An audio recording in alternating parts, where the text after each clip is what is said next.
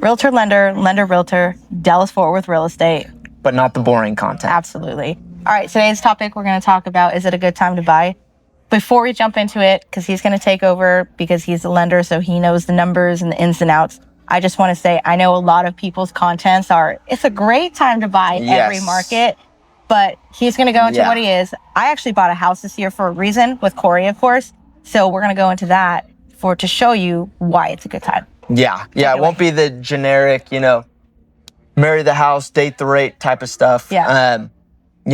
We have seen some great growth this year in the market, especially Elena, 5 times her business so far this year, which is amazing. But yeah, I mean, from the number side, obviously you hear interest rates. Realistically, this is the first time since I've been in the business.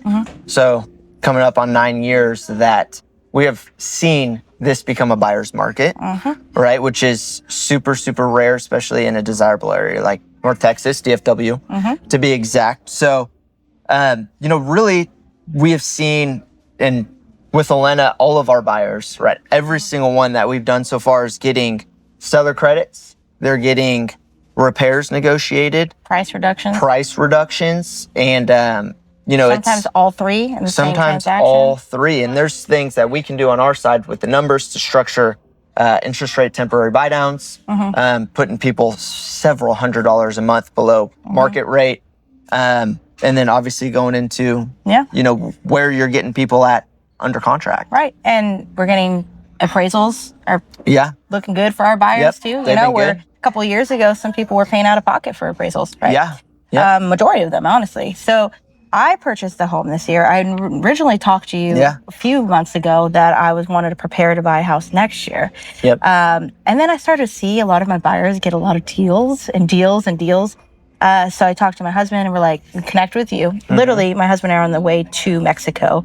That's right. And I was working and I saw a house pop up and I sent email. I think I texted you or emailed you on the plane. I said, don't hate me, but we're going to apply for a mortgage. And we're going to buy a house now. So he did everything. Fourth house, by the way. Fourth house. And I'll tell you how to do that too. And so we're on the way. By the time we got back from Mexico, you already had our file pretty much done. And you're like, this is what you're working with. And I had a tricky file because obviously being a realtor, we have self-employed.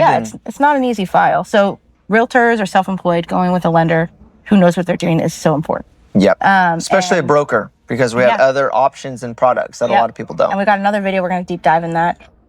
Because it's important to know why brokers are important.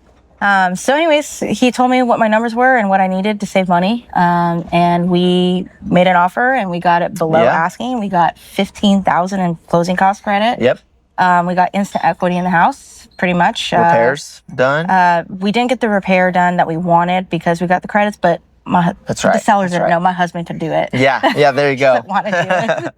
But so we got a really good deal. And, I'm started, the nice thing about having a handful of listings and buyers is I'm seeing the patterns on both sides. And I started to see a lot of activity push up from the buyers, which means it's going to start having more demand, which means not as many deals. Yeah, exactly. And that's, even where we've seen it come into play with mortgage applications, right? You have, the Federal Reserve just cut interest rates, which did not improve mortgage rates, right? But free marketing essentially, right? So applications come through and they come up, and percentages are up, and so as more buyers come into the market and there's price improvements, you're going to see some of these deals start to go away for buyers. And so that's one of the things is if there's a $400,000 house right now and you get it for $390,000.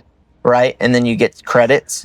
That's way more impactful than waiting until next year and buying it for $425,000. Right? With no negotiation power, no credits, nothing like that. And, rate might be 0.75% different at that point, but the payment's going to be same, if not more, because you're buying more house. And I think that's where the date the rate, marry the house, whatever you're saying, as people were using. I think that's where it came from, because realistically, you can change your rate on a home. You just can't change what you pay for it. You can't change what you negotiated going into it. Exactly. So if the payments make sense. If the payments make sense, that's the thing. It's like, if it makes sense to buy, you buy, right? There's no timing the market, because you can look at perks of a good market, bad market. You can look at, the bad things of each market as well. So I mean, really, if you could buy a house for $390, that's Yeah. worth $400 right now. And next year, that house is $425 when rates are lower. You buy it right now, you've got $35,000 instant equity. And You you know, still have that opportunity to refi it. exactly. And to put things in perspective before we wrap up this episode, what was my interest rate? Oh my gosh, I'm trying to think. It was like 6.1 or something like that. Yeah, I think it was like 6.125. So my very first house that I bought in 2016, that interest rate was 3.1. So I went up 3 points to buy this next house. Yep. And there's a reason for that because it's an investment. So just remember at the end of the day, if the payments make sense, Yep. cash to close makes sense, everything lines up perfectly, it could be a good investment. Absolutely. Yep. See you next time.